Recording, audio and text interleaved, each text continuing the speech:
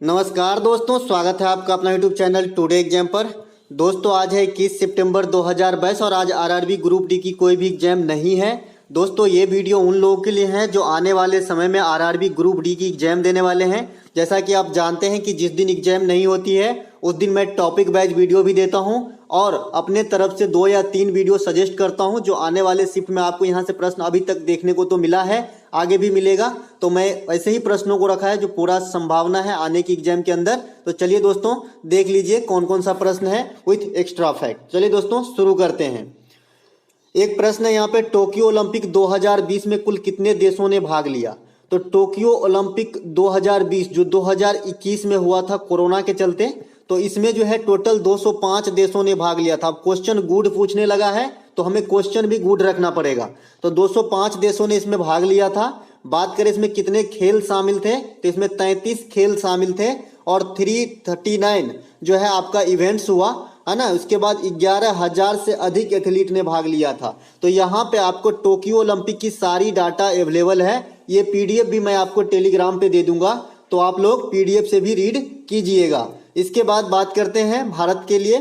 Tokyo Olympic में भारत ने 7 पदक प्राप्त किए, जिसमें से 1 गोल्ड है जो नीरज चोपड़ा के द्वारा जीता गया भाला फेंक में, 2 रजत है, 1 रवि दहिया और 1 जो है आपका मीराबाई चानू के द्वारा, और 4 आपका ब्रॉन्ज है। तो टोटल 7 पदक जीतते हुए भारत 48वें नंबर पे आया था। बात करें प्रथम स्थान किसका था, तो प्रथम स्थान अमेरिका का था। वहीं पे जो अभी कॉमनवेल्थ गेम हुआ है 2022 बर्मिंघम इंग्लैंड में, तो इसमें भारत जो है 4th स्थान प्राप्त किया है और प्रथम स्थान जो है ऑस्ट्रेलिया का रहा है कॉमनवेल्थ के अंदर। साथ ही साथ भारत यहाँ पे जो है 61 पदक जीते हैं, जो अब तक का कॉमनवेल्थ गेम में सबसे अच्छा प्रदर्शन है भारत का।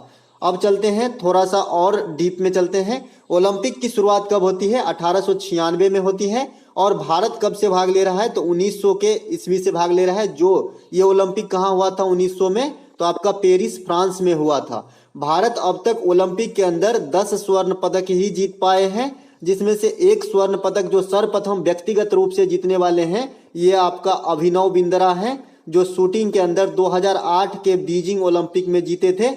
इसके बाद अभी 2020 वाला जो ओलंपिक हुआ है इसमें 1 स्वर्ण पदक व्यक्तिगत रूप से नीरज चोपड़ा ने जीता है भाला फेंक में, ठीक है। और बाद बाकी बचे 8 स्वर्ण पदक आपके जो है हॉकी से आया है। तो इतनी बात आपको ध्यान रखना है, यहां से क्वेश्चन आएंगे जरूर, ठीक है। एक प्रश्न यहाँ पे, जब कैल्शियम ऑक्साइड को जल से अभिक्रिया कराया जाता है तो क्या प्राप्त होता है?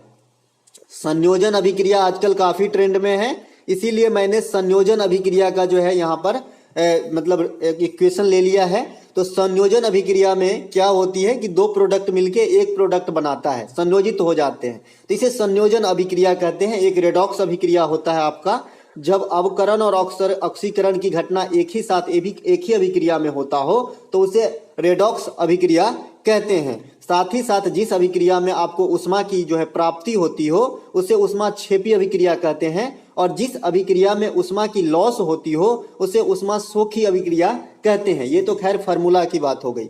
अब यहाँ पे कैल्शियम ऑक्साइड को H2O से प्रतिक्रिया करा रहे हैं, तो हमारा मैंने आपको बताया था कि जब भी मेटेलिक ऑक्साइड मतलब जो भी धात्विक गुण वाले ऑक्साइड हैं, जब भी आप जल से प्रतिक्रिया कराएंगे तो आने वाला प्रोडक्ट जो हमारा होगा बेस बनेगा, क्षार बनेगा।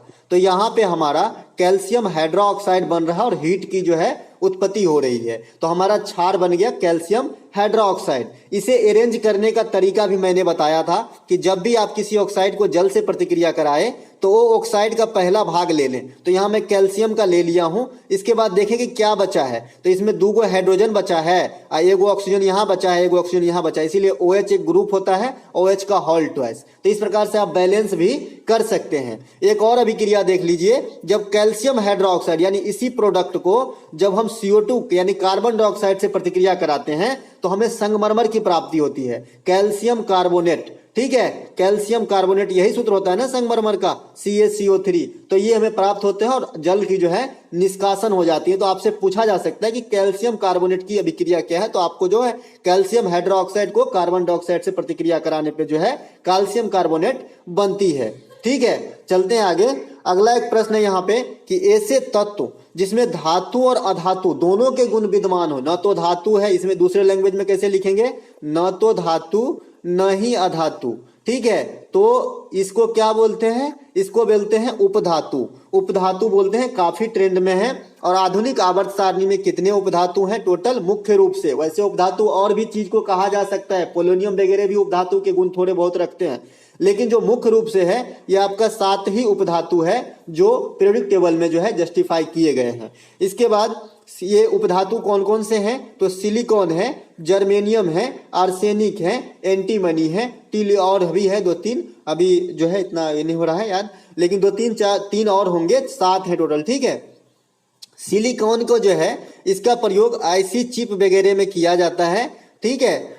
सिलिकॉन वैली भारत में जो स्थित है यह आपका बंगलुरु में स्थित है, तो आपको ये बात भी ध्यान रखना है। इसी प्रकार का एक मिलता जुलता नाम है साइलेंट वैली, तो साइलेंट वैली आपका जो है ये केरल में है और सिलिकॉन वैली जो है आपका ये बंगलुरु में है। सिलिकॉन वैली जो है ये टेक्निकल फील्ड से जुड़ा हुआ है, साइलेंट वैली जो है ये नेचर से जुड़ा हुआ है, तो दोनों में फर्क है। आधुनिक आवर्त सारणी में टोटल 118 ज्ञात तत्व हैं, 91 धात्विक है, मेटल है, 20 नॉन मेटल है, 24 जो है मतलब ह्यूमन मेड है। उसके बाद आपका क्या रह गया, 7 जो है उपधातु है, जो ऊपर चर्चा कर ही लिया है। साथ ही साथ हैलोजन ग्रुप को आपको नहीं भूलना है, हैलोजन जो है ग्रुप 17 में है, और जो आपका अक्रिय गैस है, इनर्ट गैस है, ये आपका 18 में है, जो helium, argon, krypton, जेनन, radon, neon ये सब है, ठीक है। चलते हैं आगे।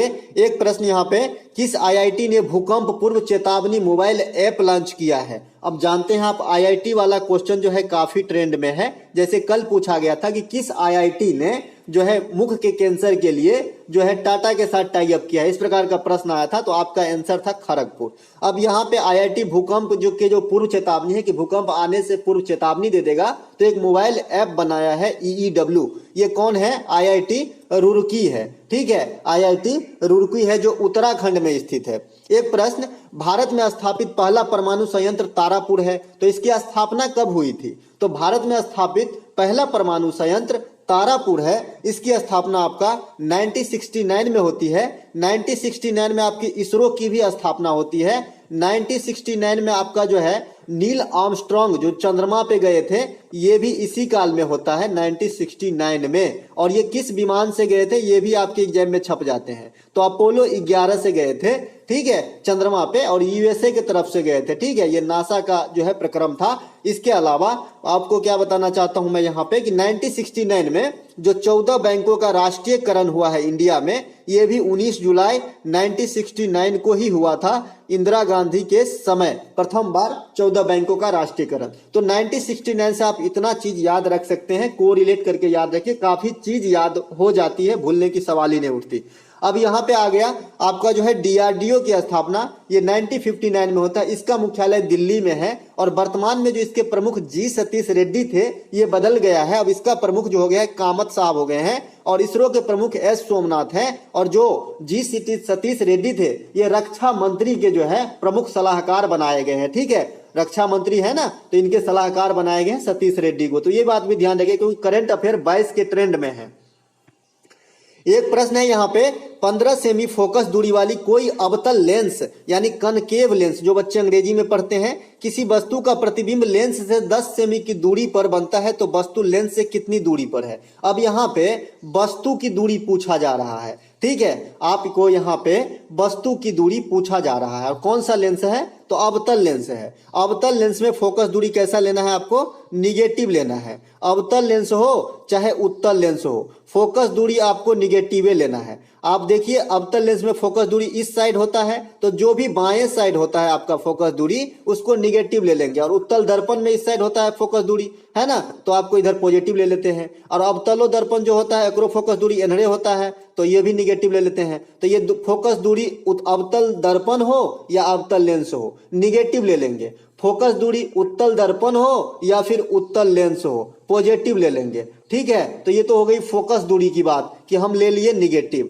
अब हमारा वस्तु की दूरी आता है, तो वस्तु की दूरी इन चारों में से कोई भी जाति वर्ण के रहने दीजिए, माइनस ही लेना है, चाहे उत्तल दर्पण हो, उत्तल लेंस हो, अवतल दर्पण हो, अवतल लेंस हो, वस्तु की दूरी निगेटिव लेना है। तो ये दोनों का तो काम हो गया। अब रहा मेन प्रतिबिंब की दूरी यानी भी। तो भी को क्या करेंगे, तो ये क्या है, अवतल लेंस है। अवतल लेंस है तो उत्तल लेंस के भांति काम कर, अब उत्तल दर्पण के भांति साइन लेंगे इसका। तो उत्तल दर्पण में आप क्या लेते हैं, भी का साइन, तो पॉजिटिव लेते हैं। तो इधर भी हम पॉजिटिव ले लेंगे, ठीक है, भी का साइन हम इधर भी पॉजिटिव ले लेंगे, ठीक है।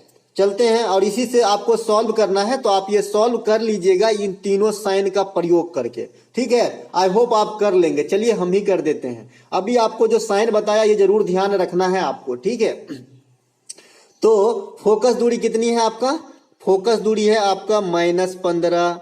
इसके बाद आपका क्या है भाई, किसी वस्तु का प्रतिबिंब लेंस से 10 सेमी की दूरी, प्रतिबिंब की दूरी दे दिया गया है तो आपका भी दे दिया है, प्रतिबिंब की दूरी आपका पॉजिटिव लेना है तो +10 देना है। और u आपका निकालना है तो u आपका माइनस में निकलेगा, मान लीजिए x है, x क्यों मानू, ऐसे ही तो आपका सूत्र यही है। और लेंस का सूत्र आप जानते ही हैं, 1/f बराबर 1/v माइनस 1/u। तो 1/-15 माइनस में हो जाएगा, 1/15 माइनस में, 1/f का काम हो गया। अब 1/v 1/10 हो जाएगा, है ना। और ये माइनस होता है, ठीक है, ये माइनस होता है। और यहाँ पे आपका क्या आएगा, 1/u आएगा। तो u तो हमेशा माइनस में होता है, तो ये माइनस माइनस प्लस कर लेते हैं, इसको माइनस को काट देते हैं।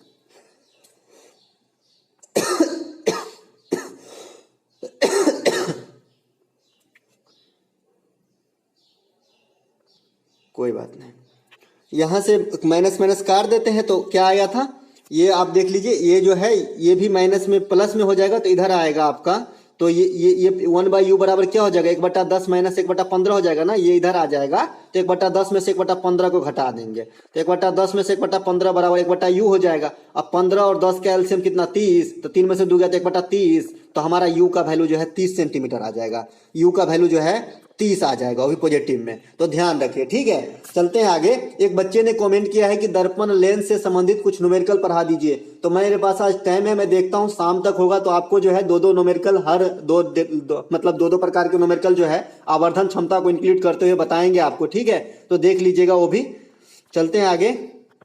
अगला एक प्रश्न है हमारा कि महेंद्रगिरी की पहाड़ियां किन दो राज्यों के तट पे है। तो महेंद्रगिरी की पहाड़ियां जो है ये आपका उड़ीसा और आंध्र प्रदेश के तट पे है, महेंद्रगिरी की पहाड़ियां, ठीक है। भारत में कुल कितने तटीय राज्य हैं, ये भी आपको एग्जाम में छप सकता है, सुटेबल क्वेश्चन बन रहा है। तो 9 तटीय राज्य है, ठीक है। कंचनजंगा पर्वत चोटी किस राज्य में है, तो ये आपका सिक्किम में है। और दुनिया का ये तीसरा सबसे ऊंचा चोटी है, पहला माउंट एवरेस्ट है, ठीक है। इसके बाद दूसरा जो है हमारा K2 है, जो भारत का प्रथम है, ठीक है। तो ये सब आपको ध्यान रखना है, विश्व में पहला माउंट एवरेस्ट, दूसरा विश्व में K2 और भारत के लिए प्रथम, तीसरा जो है सबसे ऊंची कंचनजंगा, ये भारत में है। और भारत का सेकेंड लार्जेस्ट मतलब हाईएस्ट ये कहाँ है, आपका सिक्किम में है। नंदा देवी पर्वत और कामेत पर्वत ये कहाँ है, ये उत्तराखंड में है, ठीक है। तो आपको ये बात सब ध्यान रखनी है। इसके बाद जो क्वेश्चन अभी तक ट्रेंड में रहा, ये वाले जो है टॉपिक इससे काफी रहा कि सिंधु नदी और सतलज नदी के बीच के हिमालय को क्या कहते हैं, तो इसे कश्मीर हिमालय कहते हैं। सतलज नदी और काली नदी के बीच के हिमालय को क्या कहते हैं, तो इसे कुमाऊं हिमालय कहते हैं। अब देखिए सतलज नदी और काली नदी है, तो कौन से आप कुमायूं याद रख सकते हैं, ठीक है। सतलज और काली है तो कुमायूं नदी याद रख सकते हैं। और काली नदी और तीस्ता नदी है तो ये आपको नेपाल हिमालय जो है हो जाता है। असम हिमालय के अंतर्गत कौन है, तीस्ता नदी और दिहांग नदी। तो ये तो याद रखने की जरूरत ही नहीं है, क्योंकि असम के साइड में ही बहता है ना तीस्ता नदी, दिहांग नदी, तो ये असम हिमालय हो गया, तो इसे याद नहीं रखेंगे। काली नदी और तीस्ता नदी ये जरूर याद रखना है, क्योंकि काली नदी और तीस्ता नदी कंफ्यूज करेगा आपको। तो ये नेपाल हिमालय है, और सतलज नदी और काली नदी ये आपका कुमाऊं हिमालय है। तो ये चारों आपको जैसे याद होते हैं भैया याद कर लीजिएगा, क्योंकि एग्जाम में नंबर मिल जाएंगे ना तो मेरिट में आ जाओगे। चलते हैं आगे। एक प्रश्न यहाँ पे, न्यूक्लियस के बाहर डीएनए कहाँ मिलता है। अब जानते हैं आपकी न्यूक्लियस में जो है नाभिक में डीएनए पाया जाता है। अब डीएनए का क्या क्या उपयोग है, तो माता पिता, चोर, बलात्कारी, ये सबको पकड़ने में ये जो है मददगार होते हैं। इसके एक टेस्ट होता है, तो ये टेस्ट से पता चलता है। तो ये डीएनए की बात हो गई। डाईऑक्सी राइबो न्यूक्लिक एसिड इसका फुल फॉर्म होता है। और जो है ये कहाँ पाया जाता है, तो ये न्यूक्लियस में पाया जाता है। लेकिन न्यूक्लियस के अलावा कहाँ पाया जाता है, तो ये माइटोकॉन्ड्रिया में पाया जाता है। माइटोकॉन्ड्रिया को कोशिका का पावर हाउस कहा जाता है ना, कोशिका का पावर हाउस कहा जाता है माइटोकॉन्ड्रिया को। इसके बाद जो है राइबोसोम को प्रोटीन की फैक्ट्री कहा जाता है, राइबोसोम को। उसके बाद एक छूट गया है यहाँ पे, लाइसोसोम। लाइसोसोम को जो है आपको आत्महत्या की थैली या आत्मघाती थैली कहा जाता है। इसके बाद आपका जंतु कोशिका में क्या डिफरेंट है कि कोशिका भित्ति जो है ये सिर्फ जंतु कोशिका में नहीं पाया जाता है, सिर्फ पादप कोशिका में पाया जाता है। ये पादप कोशिका में सेल वाल पाया जाता है, जो अंग्रेजी में समझते हैं सेल वाल जो है आपको कहते हैं कोशिका भित्ति को, ये सिर्फ पादप कोशिका में पाया जाता है, जंतु कोशिका में नहीं पाया जाता है। इसके अलावा यकृत को केमिकल का फैक्ट्री कहा जाता है और यकृत से आपका पित्त का निर्माण होता है और ये मानव शरीर की सबसे बड़ी ग्रंथि है। तो आपको इतनी बात यकृत के रिगार्ड में याद रखना है, पित्त का निर्माण यकृत में होता है और जमा जो है आपका पित्ताशय में होता है। तो दोनों बात ध्यान रखना है। पित्त एक क्षारीय द्रव है। यहाँ चलते हैं, बौनी पौधा जो मतलब बौने किस्म की पौधा होते हैं जो है ना, उसको जो है किस केमिकल के प्रयोग करके जो है लंबा किया जा सकता है, तो जिब्रेलिन्स। ये कवक की प्राप्ति, कवक से प्राप्त होती है ये जिब्रेलिन्स, तो इसके प्रयोग करके जो है बौनी पौधा को लंबा बनाया जा सकता है। इस प्रकार की जो ये टेक्निक है सबसे पहले जापान में अप्लाई किया गया था। एक प्रश्न यहाँ पे मैंने रखा है कि कूनो नेशनल पार्क किस राज्य में है। आप जानते हैं कि कूनो नेशनल पार्क जो है चर्चा का विषय बना हुआ है, किस लिए, क्योंकि नामीबिया से जो है यहाँ पे जो चीता को लाया गया है, क्योंकि चीता जो है इंडिया में विलुप्त हो गया था, घट गई थी, मतलब था ही नहीं, तो नामीबिया से लाया गया है पहली बार और कूनो नेशनल पार्क में इसे छोड़ा गया है संरक्षण के लिए। तो ये कहाँ है, तो ये मध्य प्रदेश में है। और देखना ये छपेंगे जरूर, क्योंकि टीसीएस वाले जब पेपर छापते हैं ना तो 10 दिन पहले के भी करंट अफेयर छाप देते हैं, तो देखिएगा ये छपेगा जरूर। तो ये मध्य प्रदेश में है आपका। संजय कान्हा ये भी मध्य प्रदेश में है आपका। पेंच ये भी मध्य प्रदेश में, संजय कान्हा पेंच ये भी मध्य प्रदेश में है। तो पेंच जो है इंडिया का सबसे छोटा टाइगर रिजर्व है, आपको ये बात भी ध्यान रखना है क्षेत्रफल के हिसाब से। और पेंच मध्य प्रदेश के साथ साथ महाराष्ट्र में भी है, तो दोनों बात याद रखना। ये नहीं कि भाई आपने मध्य प्रदेश बताया तो महाराष्ट्र में है, तो दोनों में है, ठीक है। इसके बाद संजय गांधी राष्ट्रीय उद्यान कहाँ है, ये महाराष्ट्र में है, ठीक है। संजय गांधी राष्ट्रीय उद्यान महाराष्ट्र में है। और अभी आपने देखा खाली संजय, तो ये हो जाएगा आपका कहाँ, मध्य प्रदेश में। और क्षेत्रफल के हिसाब से सबसे बड़ा नेशनल पार्क इंडिया में कौन सा है, हिमीस, जो जम्मू कश्मीर लद्दाख एरिया में है। और ये जो है यहाँ पे आप कल ही पूछा गया था, स्नो लियोपार्ड्स, हिम तेंदुआ यहाँ की जो है उत्कृष्ट आकर्षण है, हिम तेंदुआ। तो आपको ये बात भी ध्यान रखना है, ठीक है। इसके बाद एक सिंग वाला गेंडा आपका असम में पाया जाता है। तो ये सब भी जो मतलब ट्रिपिकल क्वेश्चन बनते हैं ना, वो आपको जरूर याद रखना है। सबसे छोटा जो आपका नेशनल पार्क है ये साउथ बंटन है, जो अंडमान निकोबार में है। अंडमान निकोबार में एकमात्र सक्रिय ज्वालामुखी है बैरन द्वीप। तो आपको ये बात भी ध्यान रखना है, किसी समय बिना पूछे छप जाता है। भारत का सबसे बड़ा टाइगर रिजर्व की बात करेगा तो नागार्जुन सागर। भाई नेशनल पार्क और टाइगर रिजर्व में फर्क है। टाइगर रिजर्व को लेवल दिया जाता है, टाइगर रिजर्व को खास करके टाइगर के हिसाब से जाया जाता है। तो यहाँ पे सबसे बड़ा टाइगर रिजर्व जो है आपका नागार्जुन सागर है, जो श्रीशैलम आंध्र प्रदेश में है। और अभी बताया कि पेंच टाइगर रिजर्व सबसे छोटा टाइगर रिजर्व है क्षेत्रफल के हिसाब से। एक प्रश्न यहाँ पे, ये रणजी ट्रॉफी 2022 के विजेता कौन है। तो रणजी ट्रॉफी 2022 के विजेता आपका मध्य प्रदेश है। इतिहास रचा है मुंबई को हरा के। मुंबई अब तक 41 बार रणजी ट्रॉफी जीत चुके हैं और इसी को हरा के जो है मध्य प्रदेश विजेता बने हैं।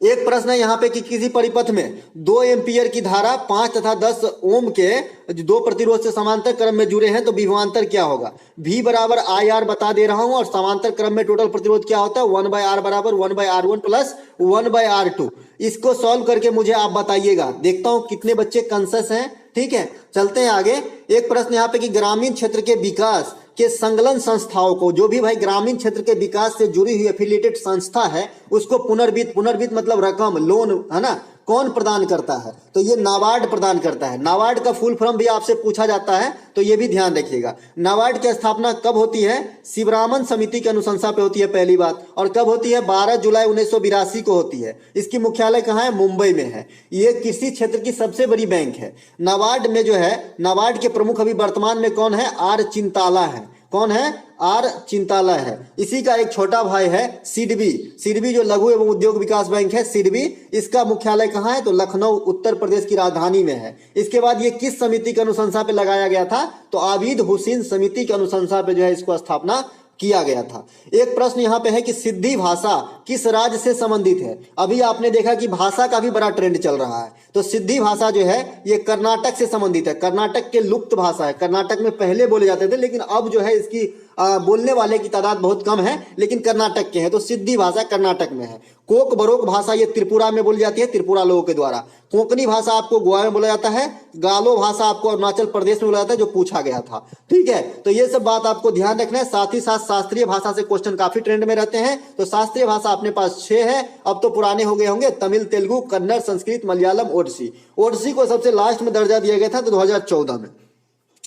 एक प्रश्न यहाँ पे है कि भारत में नोट जारी करने के लिए कौन सी प्रणाली अपनाई जाती है, कौन सी सिस्टम है। तो न्यूनतम आरक्षण प्रणाली। ठीक है, सभी प्रकार के नोट का निर्गमन कौन करता है, तो आपका आरबीआई करता है। आरबीआई जो है नोट छापने का काम करता है। 1 रुपए की नोट पे खाली सिग्नेचर जो है आरबीआई के गवर्नर का नहीं होता है, वित्त सचिव भारत सरकार के होते हैं। आरबीआई की स्थापना 1935 में होती है, 1949 में राष्ट्रीयकरण होती है। इसके अलावा शक्तिकांत दास 25वें गवर्नर है आरबीआई के वर्तमान में। Repo rate, reverse repo rate, मौद्रिक नीति बनाना, नोट छापना, ये सब आरबीआई का परम कर्तव्य है। लोगो क्या है आरबीआई का, यह भी पूछा गया था। तो तार का वृक्ष और बाघ का चित्र जो है लोगो है इसका। अभी जो इसके डिप्टी गवर्नर हैं ये 4 हैं। ये कौन कौन से हैं ये जरूर याद रखिएगा, बीवीआई कर लीजिएगा।